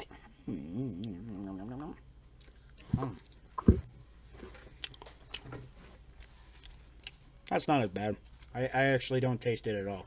I might have stirred it into a little too much. There's not very much ranch on here, I would have said. Well, there's a little heat coming. Anyway. What was I talking about? Yeah, because, anyways, we were doing one-shots with, my brother made a one-shot, Dan, and, you played with us, and it was like a one-shot, level 20, what-if scenario of, like, when he explained this premise to me, I was like, this is such a bad fanfic, it's hilarious. But, the premise is, Lord Voldemort takes over Hogwarts Castle, and, we have to break in and kill Voldemort. Why was I not there? Because you didn't like level 20 D&D? But why wasn't I invited or at least offered? I mean... You know, I feel like this You were in the room when we were playing. Still there. I was probably... When was this? I don't know, last year sometime. I was 2016. This was 2016. That was 2016? Holy Yeah, that was shit, 2016. That's a long time ago. Wow. I Then swear we were in this maybe I house. wasn't in the room. Maybe I wasn't in the room. Maybe I was in the working my job. Huh. Or something. Or Maybe. taking care of the kids. If you're going to come on a podcast some more, you're going to have to drink. I'm not... Well, do you think I'll like it? Maybe. It's creamy and coconutty. You like coconut? I don't know what that... Badoo. If that's... I don't know if that's what the question was about, but there you go. Apparently my wife doesn't like this as much from her wabadoo, which apparently is a response. Anywho, so yeah, that was like, it was a one-shot, but it still took several sessions just because of level 20 combat and all that shit. So, is that kind of what you're thinking, or are you thinking something that would be more involved than one dungeon? I'm thinking of something that would be more involved than one dungeon, more like a mini adventure with something with a defined end goal, but that's planned to run for a shorter period of time. Uh-huh. But granted, a lot of one shots end up being more like 5 or 6 shots, so they end up being more the mini campaign that I'm talking about. Right. But kind of depends on what. And then sometimes you're like, okay, yeah, let's springboard those characters into another one shot, right? Something like that. yeah. So I'd also like, yeah, that would also be a nice thing, is to have not a campaign, but a string of having the same character, where you have like a string of adventures that you can just be like, all right, pull out this group of characters for these adventures at this time. Right. Which I guess that is technically a campaign, but it's not a campaign in the sense of having a continuous like adventure Right. going on. It's like Friends, where every episode is different and completely unconnected, instead of How I Met Your Mother, where it's a large overarching story. To put Yes. it in sitcom now. There was like some overarching story That in was- Friends, that but was- for the most That part, was an apt it was analysis. like every episode has nothing to do with the others. Like some of the relationships would come and go, and You are wrong, sir. there was not nearly as much as How I Met Your Mother. This is true. But How I Met Your Mother is on a different plane than almost anything else. My analogy stands. But you picked the wrong show. Try SpongeBob. SpongeBob. There, SpongeBob. Yeah, cartoons are kind of funny in that. Mm-hmm. And SpongeBob, sure. But, Right? But yeah, so I think one shots really just don't invest you as much because, like, I played actually a character that I had played in another campaign before in this one shot. I just kind of took this concept that I had kind of created, and I didn't get to play him in this other campaign for very long. It's like maybe a few adventures, and then that campaign was our group also has campaign ADD, so we're playing a different campaign almost every week, except for lately I've just somehow become the DM because I'm the guy who decided to pay attention and figure out how the fuck to make campaigns work in Roll20 because we're in quarantine. But other than that, we have like Chris will DM one week, and I'll DM the next week, and this guy will come in. This guy, we'll do all sorts of wacky stuff, and I'll even DM, multiple different campaigns that I have kind of running within our group. What was I talking about? Anyways, so this was one of those campaigns that we were playing, and that we played for a few sessions, and then it just kind of got by the wayside with all the other stupid campaigns that we play. And I kind of really liked that character, and I wanted to bring him forward, and especially, I really liked the build that I was going for, because he was like this charge guy. He was like, have 2 lances, and he would be mounted, so he'd get extra damage on criticals and stuff, and, just his whole build was about charging and impaling as many enemies as possible on his lances as he's riding by. And it was a really, really awesome, fun build to play. And I had this cool story where basically he was kind of this military guy, and I sort of spun the story as like a half and half mix of Two-Face and Judge Dredd, where I was like, I am the law, and I will uphold the law, but there are these times when the law gets ambiguous, and then I'm gonna flip my coin. And if it says heads, I'm gonna fucking kill you. And if it says tails, then okay, I don't know the law. Because the ultimate law is chaos. Chance. So it was this really kind of awesome character to play. And I brought him into this campaign, and I actually built another character for one of the other players that was my mount, which was a sentient Triceratops. And so I would fucking ride into battle on a goddamn Triceratops. That was awesome.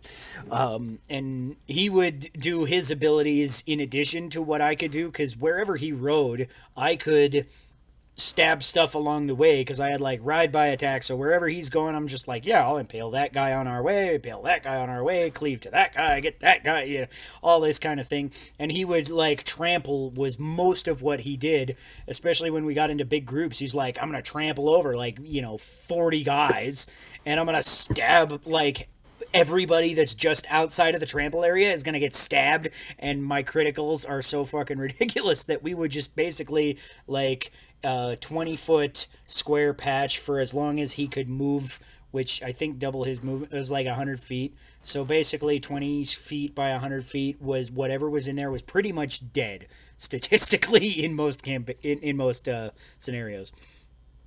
But because it was a one-shot, I pretty much didn't get to roleplay him. It was all combat, because that's kind of how one-shots are. It's like, you're in this scenario, and maybe there's a little bit of roleplay here and there, but the roleplay is really, really de-emphasized in this kind of thing, and even if it is there, it's like, who cares, right? Your character's going to be gone in, a few hours when you're done with the campaign. It almost felt like, at points, what's even the point of role-playing in this scenario?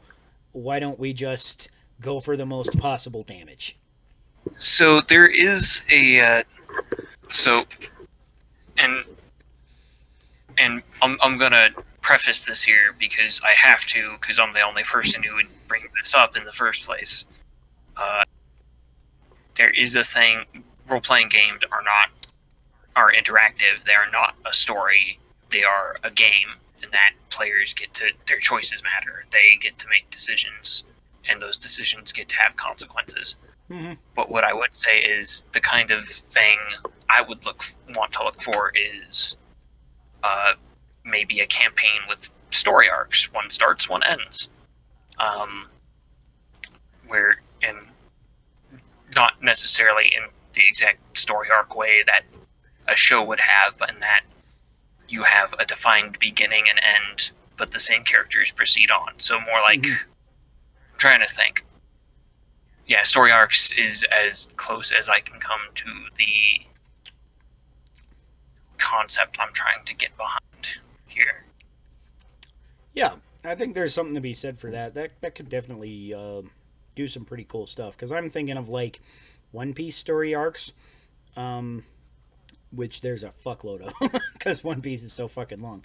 But yeah, because you kind of get into like what's going on in the story here, and then it goes to a different thing, and then it goes to a different thing. And those are all over the course of, several adventures, usually. A couple of adventures that are, within one kind of arc. And then there's this big arc around all of them that's kind of connecting them all. And in a good D&D campaign, I feel like that kind of thing definitely happens, where it's like, okay, and the story arcs probably aren't as long as they are in, like, One Piece, because the story arcs in One Piece are, 50 episodes or something. That's actually pretty long for any show or whatever. In a good campaign, I feel like it's like maybe a few sessions is your story arc, where you're kind of like, okay, here's this bad guy and he's doing this stuff, but you can't get to him. You have to track him down, or you have to go through some, political mumbo jumbo to actually do anything, or you can choose to just murder him even though it's illegal, but you'll put an end to the bad stuff he's doing, or different stuff like that. And then once you're done with that, okay, here's the next arc. Now there's another, kind of a bad guy or a MacGuffin that you have to track down. Something else is at stake. Yeah. So I think that's a good way to generally handle campaigns. I do a little bit of that because I kind of like introduce you to the idea of what I think is happening in the campaign right now, and then based on what the players do, I come up with what happens next for the next session. So to me, almost every session is maybe a micro story arc, and then you get kind of bigger story arcs through several sessions, and then there's a big picture that almost never comes through because we don't stick with my campaigns for long enough because we have campaign ADD. And I think the idea behind it is that the idea behind what I'm saying is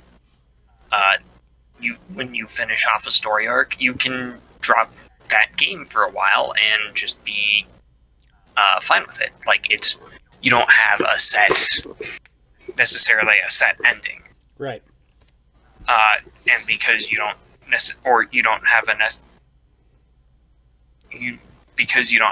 need to have a necessary throw line throughout the entire set of adventures, a player can accomplish a goal and like get a conclusion off, and you can just stop playing for a while. Mm-hmm. And you can feel free to invest in those characters because there's a good chance he'll come back to them. Yeah.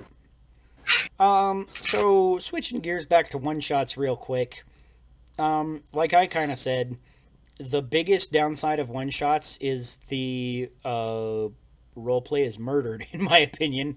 Do you think there's any way to make a one-shot that can have meaningful roleplay that characters will, or players will remember very much after, a little while? Yes, that can stick with you as much as an extended campaign roleplay can? Yes, probably not in a very combat-centric one-shot like the one-shot we were playing with your brother. Mm-hmm. But I've played in plenty of Call of Cthulhu one-shots, or like other horror game one-shots where a lot of what's involved is just fucking talking to people. Right. And you tend to get a lot of time to express the character. And maybe there's like some horrific stuff that happens at the climax. Yeah. But that kind of makes sense. typically you get a lot more time to just have inter-party interactions, or just like impress upon the guy running the game just how much of an asshole your character is, or whatever. Mm-hmm. So one thing I would say to that is I've kind of tried to design a one-shot in somewhat of a similar vein, with a little bit of horror kind of a motif to it. But what I've kind of come to find is I feel like it's very difficult to design that much meaningful content to create an entire good session worth of gameplay without adding in a reasonable amount of combat. And I've got to the point in designing some campaigns like this that I've kind of come up with these kind of concepts where I'm like, this would be a really cool thing, but it's like, it's not necessarily appropriate for this campaign, so I'll just maybe design it as a one-shot. And I've started doing that, and then I'm just like, I feel like I just don't have enough content to make it worth actually playing, and I don't feel like combat is the kind of content that will add to it. So I've kind of had this sort of mental discussion with myself, like what you just said, but I feel like it's like, is there a good way to go from this idea where you're like, you want to be a roleplay heavy thing, but you don't have enough content? Like, how do you come up with I don't know if you've actually written these or if you're just using other people's one shots too. I guess that would be part of the question there. But and how do they go about it to make enough meaningful content that all kind of relates back to itself?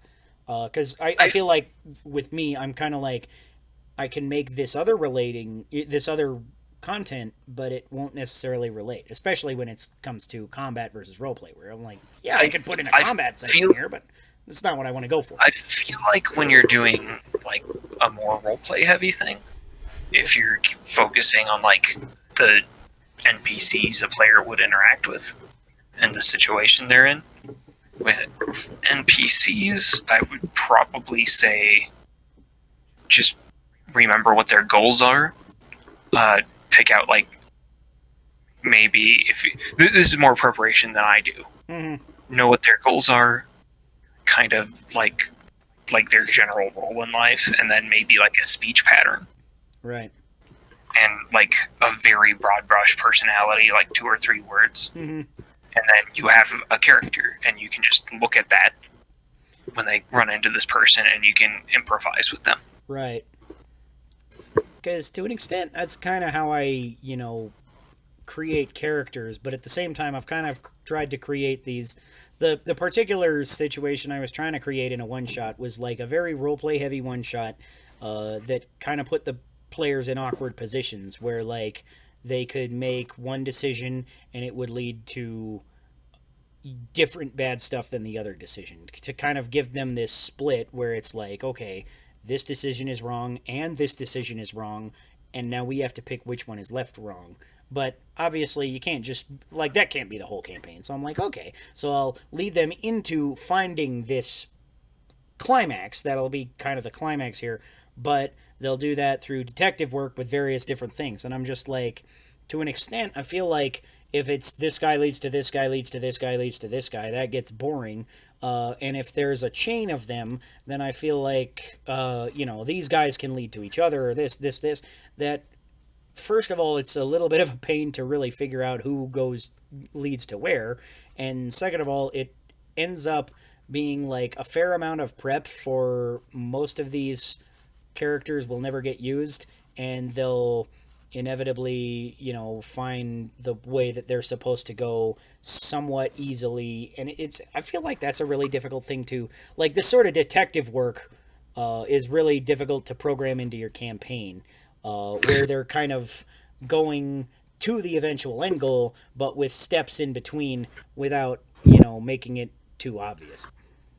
And I have not done like an investigative scenario myself. I've seen investigative scenarios run. Mm-hmm. One was one that he wrote himself, and the rest were Call of Cthulhu scenarios. Mm-hmm. And I've had fun playing through those, but it's usually you never the main frustration is, oh, you didn't succeed the skill check. You don't get to know what you never really find out what's going on, or we get frustrated and start blowing shit up. Mm-hmm. Like later in the session, we're like, okay, we've been talking to people for hours, Mm-hmm. and now we're like at a dead end. Let's just explode these guys' heads because they seem like the bad guys. Right. So investigation's a tricky one for me. I know there's games that have tried to work on doing it in a prep light way, like I think it was Gumshoe, the Gumshoe system. But I'm not particularly good at those. I was thinking more diplomacy scenarios, or scenarios where let's think of, like, I'm just thinking of, even in, say, a show where there's a lot of fighting, Mm-hmm. usually there's like one or two fights in an episode and they last a few minutes. Mm-hmm. And then everything else is people talking and figuring shit out. That's a funny generalization, because I'm trying to think of like fight heavy shows that I watch, and I'm just like That are not DBZ. DBZ is right. Yeah, because again, my mind went to One Piece, and I'm like, fights in that show are like really variable, because sometimes you'll have like a 1 episode fight, and sometimes you'll have like 5 people are fighting at once, and it's like, here's 5 minutes of this guy fighting, 5 minutes of this guy fighting, 5 minutes of this guy fighting, 5 minutes of this guy fighting, 5 minutes of this guy fighting, and that's the whole episode. And then they'll have like 10 of those episodes in a row, and you're just like, what's going on? And they're still doing that anime kind of thing where they are still, you know, talking within the fights and thinking to themselves, oh, I gotta beat this guy, I gotta come up with a clever strategy, right? You know, that stuff. But that's like, but then yeah, other shows I feel like that's an anime thing to take that long. Other shows like, the funny thing the Marvel about shows and shit, you know, that's not quite as bad. the funny thing about those is a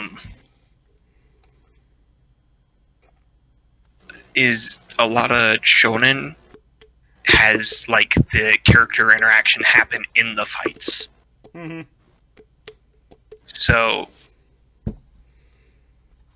Yeah, that's where characters happen in shonen. That's how that works. yeah, all the characterization happens not in the you know, maybe a little bit outside depending on, you know, what else goes on, but yeah, like most of it is just like their clever way of, you know, dealing with this fight and overcoming the thing.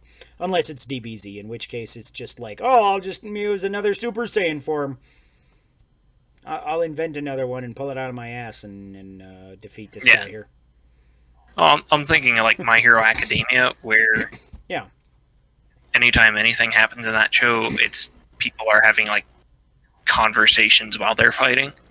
Yeah, that's a good example definitely too, because like I'm only 13 episodes in or something, and like yeah, most of Deku's character is like after he's kind of got a lot of these out of combat kind of things in the first few episodes where it's kind of establishing his character, where he's like, you know, can't be a superhero and all this, and then he kind of thinks, you know, he still pushes for it outside of combat and stuff like that. So you get a little bit outside of that, but after, you know, a certain point, it's like, okay, everything is in combat now, or in the combat like scenario of whatever school challenge thing they're doing, and he's like, oh, I'll use my power only in my fingertip. Oh, I'll use my power to blow up the roof and not the guy, because I don't need to beat the guy to beat this challenge, you know, and stuff like that.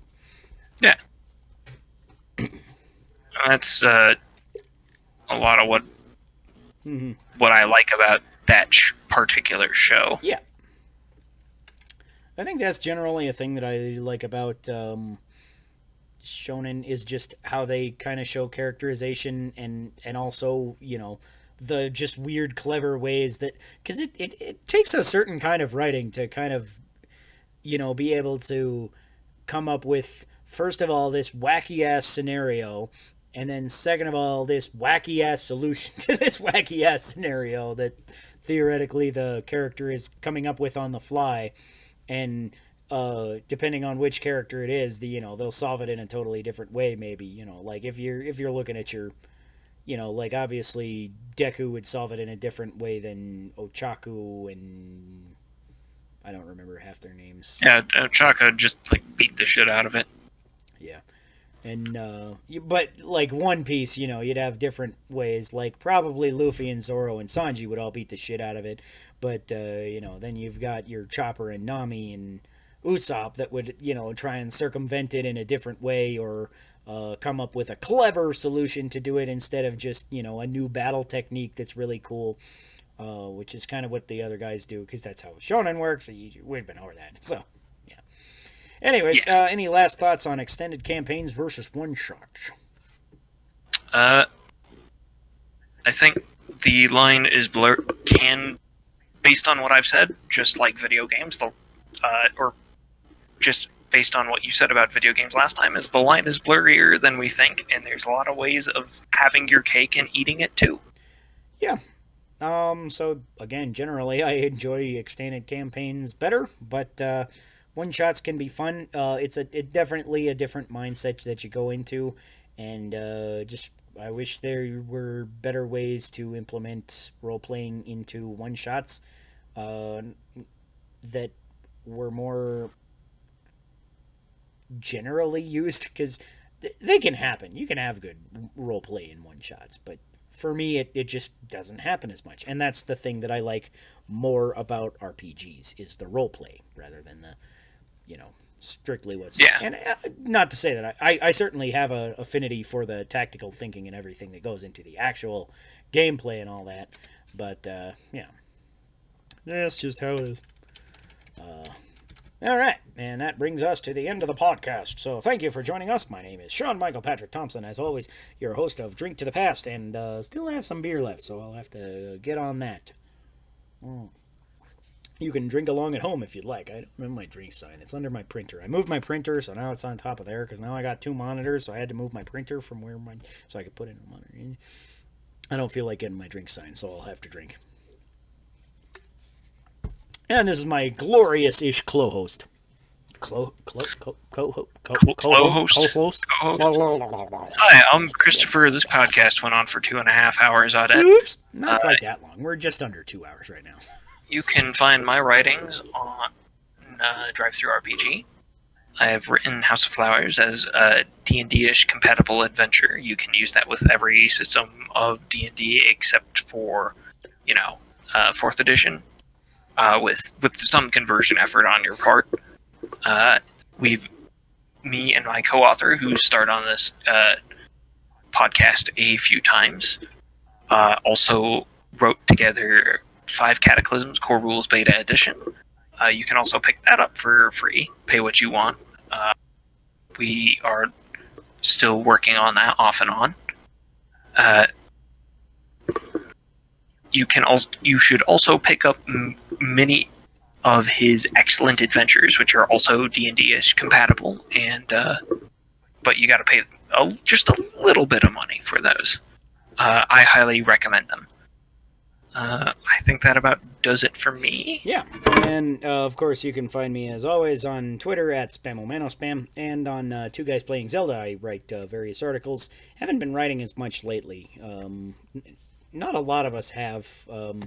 It's been a weird ass time with video games and things happening, but hopefully I'll get back into something. I had an article that I was working on a while ago. Maybe I'll get back in there. Anyway, check out twoguysPlayingZelda.com. Anyways, lots of good, cool stuff. They post videos. They have another podcast that we're at war with.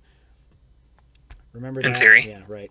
We were at war with them for one episode, and then we forgot about it the next episode, and then the episode after that, we're like, oh yeah, we're at war. So yeah, we're totally at war until they declare a ceasefire. So check out Busted Buttons on your other podcast platforms as well. And if you're interested, you can find us on other podcast platforms. We are, of course, on YouTube, Podbean. That's the thing. I was like, what the fuck's it called? Yeah. And Apple Podcasts. And Apple Podcasts. So yeah, check us out on those mediums, whichever you prefer, and give us a good rating, like and share, so everybody else can join in the fun. And now for the last part of the podcast, where we just talk about random inane bullshit until somebody says something really strange, awkward, or otherwise.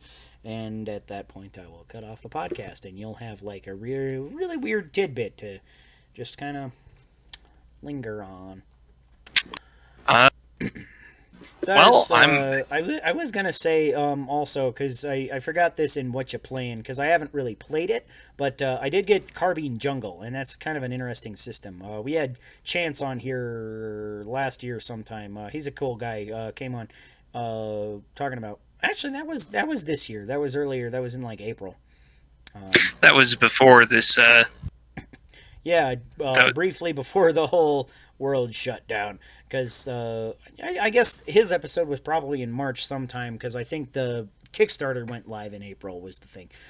So their mission decks were fully backed, so that's good. And I'll let you guys know how that goes once I get my mission deck, because I was one of the backers on there.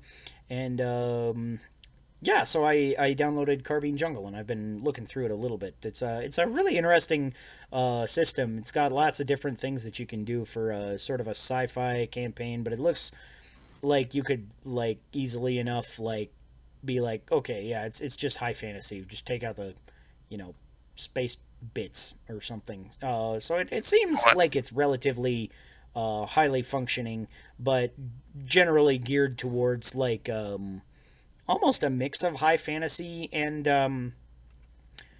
sci-fi, because like I'm kind of, the way that I go about reading RPG books is I like start designing a character, and I'm just like, okay, this guy sounds cool, and like there's different races, like it sounds like space elves and space humans, and I'm a space ent, which is cool because like tree folk are badass. I'm like, dude, I want to be a space ent. I did give their free version a look-see for a little bit. Cool. And I was like, I remember reading the thing about their Greek letter type characters and being like, oh, fuck. Now my idea is it's going to look like I stole that idea from them. Which was kind of a funny thought to have. Right. But yeah, they look like they're doing a cool thing. Yeah. I haven't got too invested into the system yet, but from what I'm looking at so far, it's like, okay, you can do lots of neat, cool stuff. So I'm hoping to look through the rest of the book here soonish and just kind of get an idea for how the system works. Maybe I'll run a session of it or something, or I don't know. Yeah, and I'd have to look through the book to make totally sure. I know they tend to have the scale where it's like regular person up to like galaxy shattering entity, which is also what I was going to use that scale for a more different focused game. So if you guys are listening to that, I did not steal that from you. We came up with the idea independently. You just came up with it like years earlier than I did. Right. And eventually maybe we'll put it into our RPG book, and then we'll be competitors. If you ever get around to the formatting. Yeah, formatting's a bitch. But that's okay, Other than that, we need to do a lot of playtesting anyway. So I was thinking maybe we'd do a playtesting session on here on the podcast sometime. That's not a bad idea. Kind of cool. I was thinking it might be kind of interesting to have like one of us as GM and the other one will play like 4 characters. And if we're doing it that way, are we implying that our system should support that? Sure. I mean, it should. It should not be hard to do that. Right, the system is very simple. Yeah, it is anyways, and I feel like if, there shouldn't be any necessary reason that you limit one player to one character. Obviously, most RPGs, that's just how it works, and that's fine, but, in theory, you shouldn't, be bogged down by it. In theory, any RPG, you should be able to just make 2 characters and roll with them, right? So Yeah. it's kind of how I view it. So I thought that might be an interesting one-shot podcast or something, where one of us will make a one-shot campaign and the other one will play through it as 4 characters, or it doesn't matter really what number, but a few different kind of characters, just to get an idea for how this system works. I think that would be kind of neat for people to kind of look at the system and be like, "Oh, yeah, that works like that. That's kind of cool." That'll also let me test out some of the character generation balance things that to see. Uh-huh. Yeah, So, because we've done a handful of times at like low levels, and it works great at there, but we've really never exceeded like level 3 in our playtesting. So there's a lot of room for error above that. So Yeah.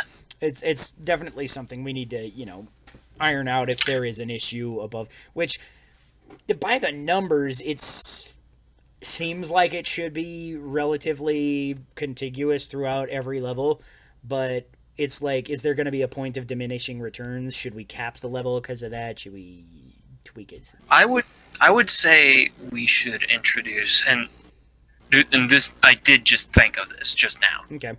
just right here. Man, podcast exclusive. I would say that we should make it so that we say, when you make a character, once you're, just give a default amount of HP at a level, and say when on top of the points we give, and then we say your highest stat cannot be this far away from your lowest stat. So like level plus 5 or something. It can't be more than level plus 5 points away from your lowest stat. Right. Or like plus 10 or whatever. So that... Yeah, some sort of formula, depending on how all that works. We'd have to figure out the formula exactly. Yeah. Because, yeah, that makes sense. Because that's the one issue that we've almost kind of run into, is because one guy decided to make One Punch Man, more or less, but he made him with, like, no defenses, so his one punch was his ability, and it was the most powerful punch that could ever happen, and he killed every target that he ever attacked because he was so good at hitting, and he did so much damage that he would punch people and they would die. But he also had shit for hit points and no defenses, so the first time anything hit him, he died. So, which, I mean, if you're gonna do that sort of a glass cannon at first level, then maybe we should let you. I don't know. But, yeah. I think when you design a game like that, you should say, we put this limit in place, but because it's your game and you're playing it, you can remove it. Just here, Right, yeah. we should say why when we put a limit in place, we should say why we put a limit in place. Because part of the kind of idea of this system in general is to just be completely 100% as customizable as it could possibly be. And I feel like we've almost achieved that. I cannot fathom another RPG system as customizable as this. Which maybe there's one out there, sure. But, Hero System is certainly close. But Hero System is fuckloads more complex. I would say Hero System is maybe as customizable or more customizable, but the complexity required to play a round of Hero System is not worth the trade-off. Mm-hmm. Yeah. I feel like Hero System is a kind of a weird beast, because it's like, it really depends on your GM, because if your GM is that kind of GM that's like needs to design every last monster down to the most minute detail, then they're never going to get anywhere in Hero System, because they're going to be designing monsters for, forever, or bad guys or whatever they're designing. But if you have the kind of DM like me that's like fly by the seat of your pants, they can get the idea of it and just kind of wing it on the fly and make up interesting abilities and get the generic outline before the session and call it good. As long as the players are familiar enough with the system to make it work, and that'll work.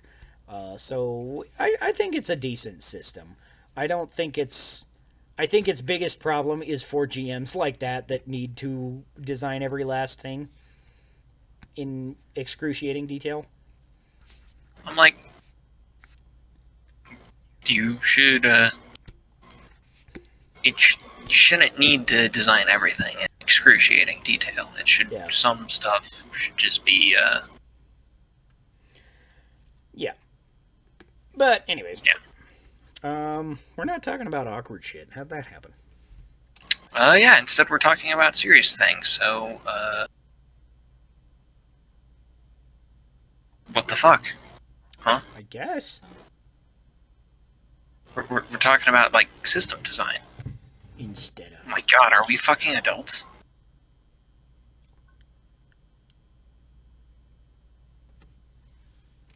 Answer the question, Sean.